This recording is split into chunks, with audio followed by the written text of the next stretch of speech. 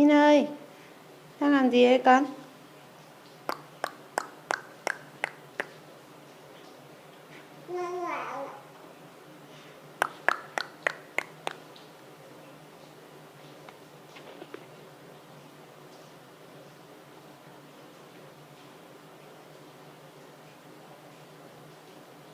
Min ơi, đang làm gì đấy con?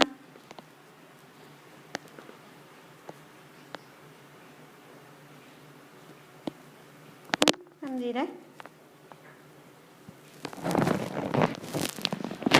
Đừng mút tay nhiều thế con. Mút tay nhiều thế.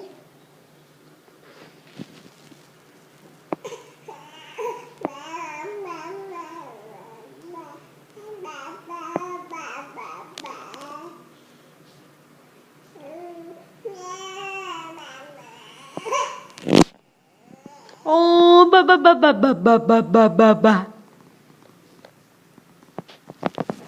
Nhìn mắt kìa, mắt đỏ hoe tội nghiệp chưa kìa.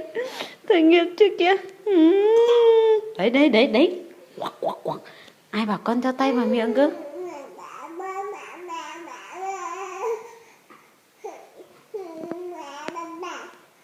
Ô bà.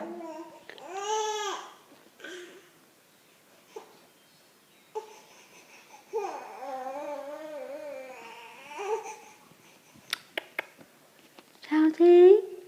Sao không nhẹ? Sao không nhẹ con?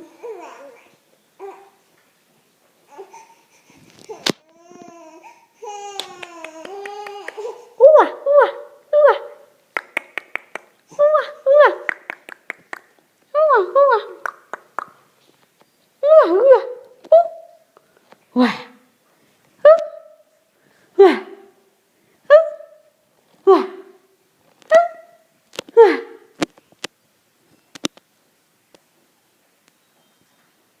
Nín ơi, sao khóc? Nói mẹ nghe sao không nhỉ? Ồ măm. Hay là đói rồi? Có muốn măm không?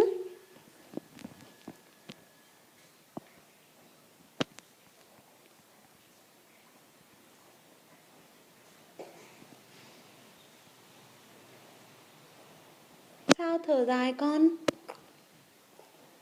Sao thở dài?